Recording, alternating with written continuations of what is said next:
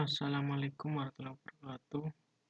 Perkenalkan, nama saya Wahyu Setiawan, M269176, kelas fikih ibadah. Di sini saya milih bab Toharo untuk memenuhi tugas UTS mata kuliah fikih ibadah. Baik, untuk sub materinya yang saya bahas yaitu ada 5. Yang pertama, pengertian Toharo. Yang kedua, syarat wajib Toharo. Yang ketiga, bentuk Toharo. Yang keempat, fungsi Toharo. Yang kelima, manfaat. Baik, yang pertama yang akan saya bahas yaitu pengertian Toharo. Toharo menurut bahasa artinya bersih, sedangkan menurut istilah syar'a, Toharo adalah bersih dari hadas dan najis. Selain itu, Toharo dapat diartikan mengerjakan pekerjaan yang membolehkan sholat, berupa wudu, mandi, tayamum, dan menghilangkan najis.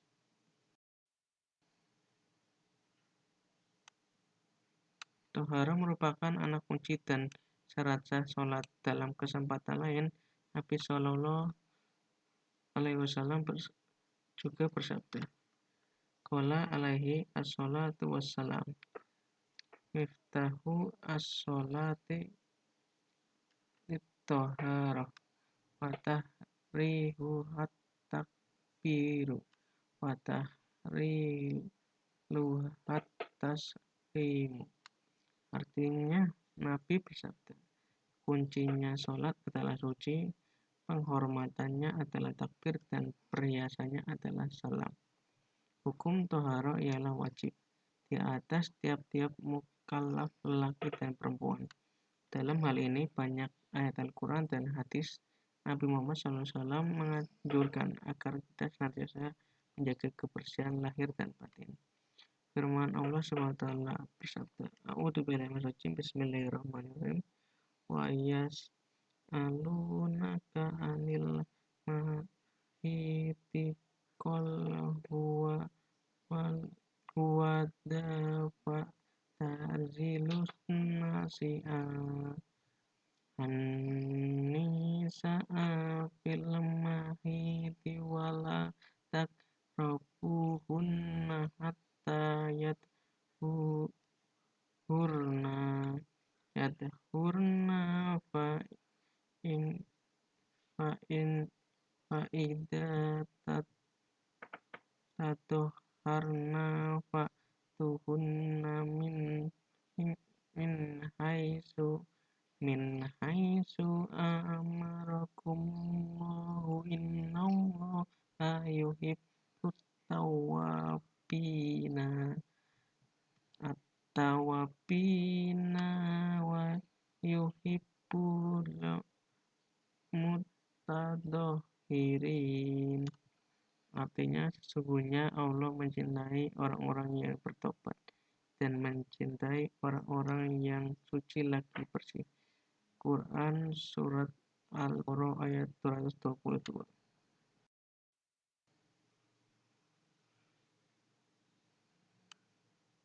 Selain ayat Al-Quran tersebut, Nabi Muhammad SAW bersabda, An-nadhafatu minal iman. Artinya, kebersihan itu adalah sebagian dari iman. Hadis riwayat Muslim.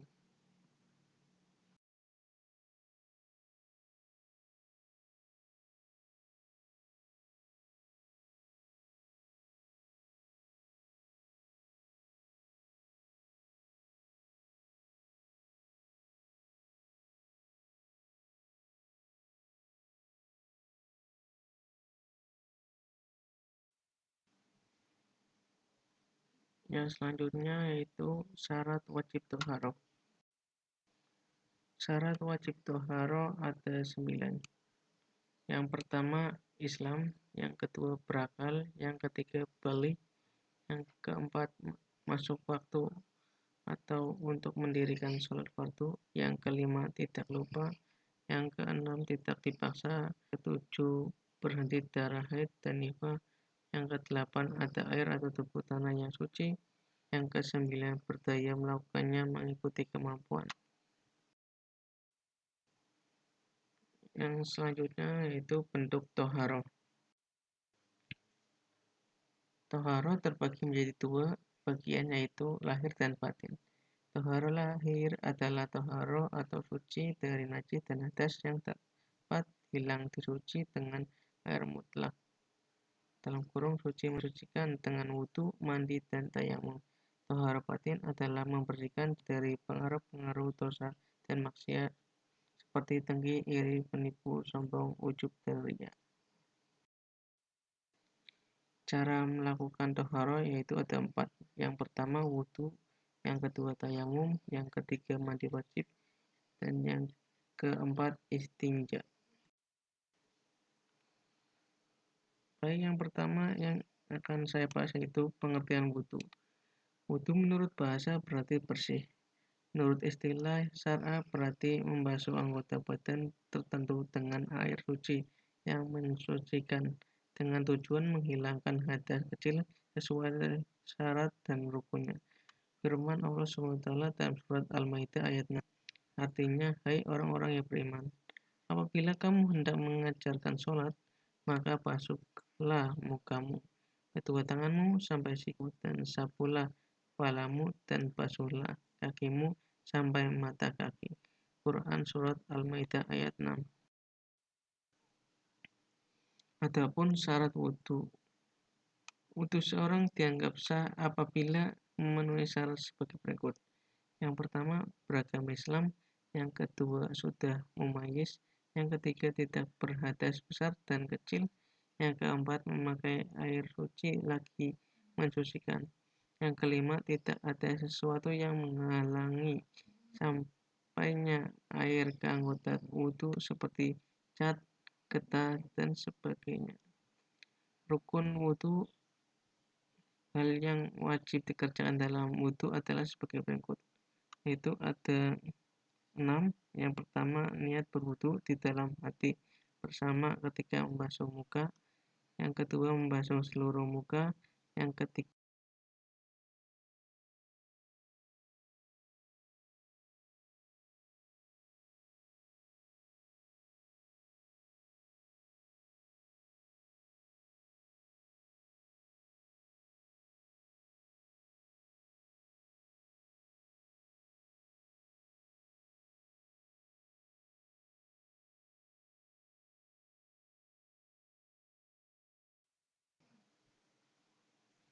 sunnah wudu selanjutnya yaitu sunnah wudu. Untuk menambah pahala dan menyempurnakan wudu, perlu diperhatikan hal-hal yang disunahkan dalam melakukan wudu. Antara lain sebagai berikut: membaca 2 kalimat syahadat ketika hendak berwudu, membaca ta'awud dan basmalah, berkumur-kumur bagi seseorang yang sedang tidak berpuasa, membasuh dan membersihkan lubang hidung, menyapu seluruh kepala, membasuh sela-sela jari tangan dan kaki, mendahulukan anggota wudu yang kanan daripada yang kiri, membasuh anggota wudu 3 kali, mengusap kedua telinga bagian luar dan dalam, membaca doa sesudah. Selanjutnya yaitu tayamum. Pengertian tayamum. Tayamum secara bahasa adalah berwudu dengan debu, pasir, tanah yang suci karena tidak ada air atau halangan memakai air. Tayamum menurut istilah adalah menyapakan tanah atau debu yang suci ke muka dan dua tangan sampai siku dengan memenuhi syarat dan rukunnya sebagai pengganti dari wudu mandi wajib karena tidak ada air atau dilarang menggunakan air disebabkan sakit.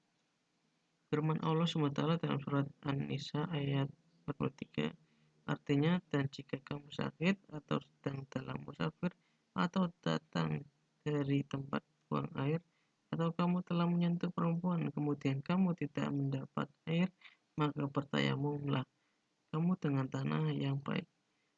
Sapulah mukamu dengan tanganmu, sesungguhnya Allah Maha Pemaaf lagi Maha Pengampun. Quran Surat An-Nisa ayat 43. Tayamum merupakan pengganti dari berwudu.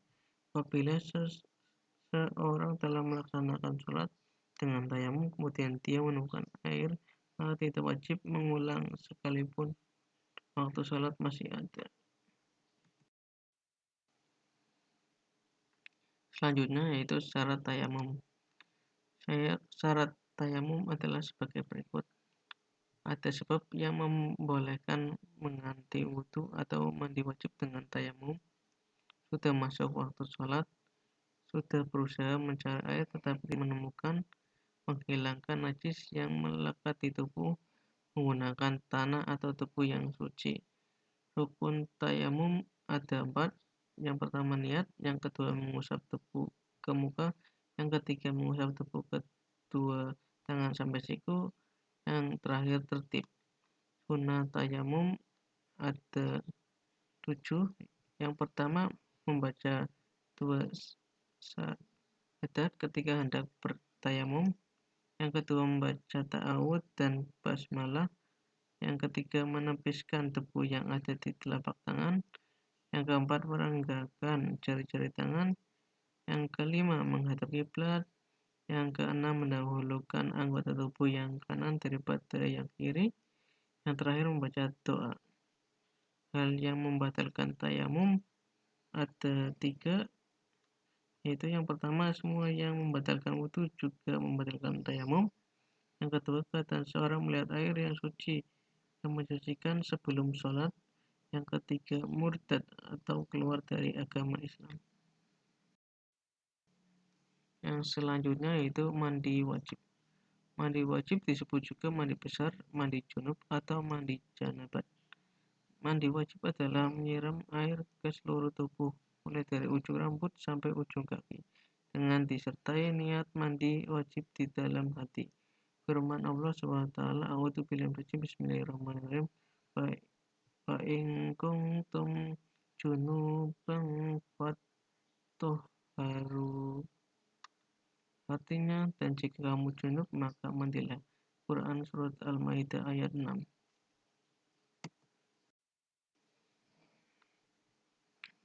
Di sini bahasan tentang rukun mandi wajib. Ada 3, yaitu niat mandi wajib, yang kedua menyiramkan air ke seluruh tubuh dengan merata, yang ketiga membersihkan kotoran yang melekat atau mengganggu sampainya air ke badan. Selanjutnya itu sunnah mandi wajib. Pada waktu mandi wajib disunahkan melakukan beberapa hal, antara lain yang pertama menghadap kiblat, yang kedua membaca basmalah, yang ketiga berwudu sebelum mandi, yang keempat mendahulukan anggota badan yang kanan dari kiri, dan yang terakhir menggosokkan badan dengan tangan.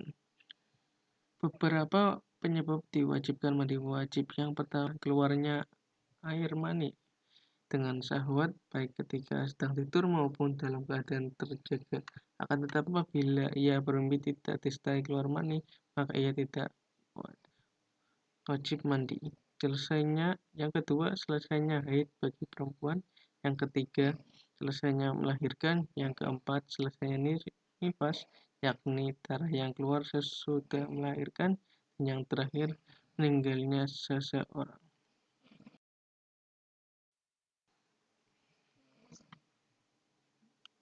Selanjutnya yang akan saya bahas yaitu istinja. Pengertian istinja menurut bahasa istinja berarti terlepas atau bebas, sedangkan menurut istilah ia membersihkan kedua pintu alat kelamin manusia, yaitu dubur dan kobul, dari kotoran dan cairan yang keluar dari keduanya. Istinja hukumnya wajib. Hal-hal yang dilarang ketika buang air. Yang pertama dilarang menjawab suara azan, yang kedua dilarang menjawab salam, yang ketiga bila bersin hendaknya memuji Allah dalam hati saja, tidak boleh menjawab dengan suara keras. Yang keempat dilarang mengucapkan kalimat-kalimat zikir, dan yang terakhir dilarang sambil makan, minum, dan sebagainya. Alat-alat yang digunakan untuk istinja yaitu yang pertama air, yang kedua batu, yang ketiga kertas atau tisu, dan yang terakhir daun-daunan yang tidak biasa dimakan. Tata cara istinja yaitu ada air dapat dibersihkan atau kertas sampai bersih, membasuh tempat keluarnya najis dengan air hingga bersih, jika tidak sekurang-kurangnya dengan 30 batu atau 3 sisi sebuah batu. Jika tidak ada batu, dapat digunakan benda-benda lain asal keset atau keras. Maksudnya benda-benda lain asal keset atau keras. Nah, selanjutnya yang akan saya bahas yaitu fungsi toharo. Dalam kehidupan sehari, toharo memiliki fungsi yaitu ada 5. Yang pertama, membiasakan hidup bersih dan sehat. Yang kedua, membiasakan hidup yang selektif. Yang ketiga, sebagai sarana untuk berkomunikasi dengan Allah SWT melalui sholat. Yang keempat, sebagai sarana untuk menuju surga. Dan yang terakhir, menjadikan kita dicintai Allah oleh Allah SWT. Dan yang terakhir yaitu manfaat toharo. Untuk membersihkan badan, pakaian, dan tempat dari hadas dan najis ketika hendak melaksanakan suatu ibadah. Yaitu ada 4 manfaat dari toharo. Yang pertama, dengan bersih badan dan pakaiannya, seseorang tampak cerah dan enak dilihat oleh orang lain, karena Allah SWT juga mencintai kesucian dan kebersihan. Yang kedua, menunjukkan seseorang memiliki iman yang tercermin dari kehidupan sehari-harinya.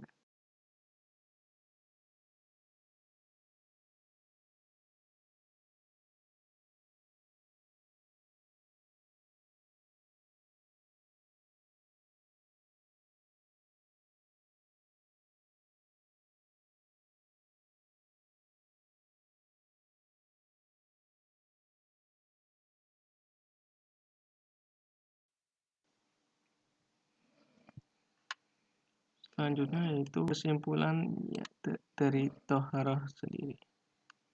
Toharoh memiliki pengertian secara umum, yaitu mengangkat penghalang yang timbul dari hadas dan najis yang meliputi badan, pakaian, tempat, dan benda-benda yang terbawa di badan.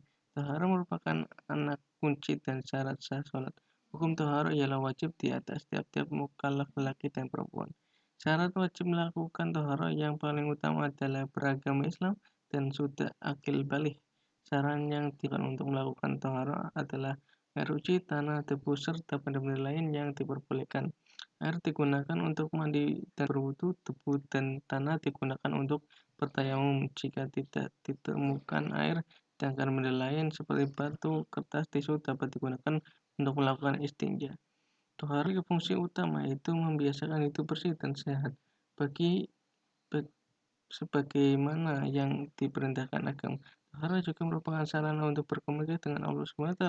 Manfaat toharo dalam kehidupan sehari yaitu membersihkan badan, pakaian, dan tempat dari hadas dan najis ketika hendak melaksanakan suatu ibadah. Demikian yang dapat saya jelaskan tentang bab toharo. Apabila ada kekurangan dan kesalahan, baik tutur kata yang kurang berkenan dari saya, mohon maaf. Wabillahi taufiq wal hidayah. Assalamualaikum warahmatullahi wabarakatuh.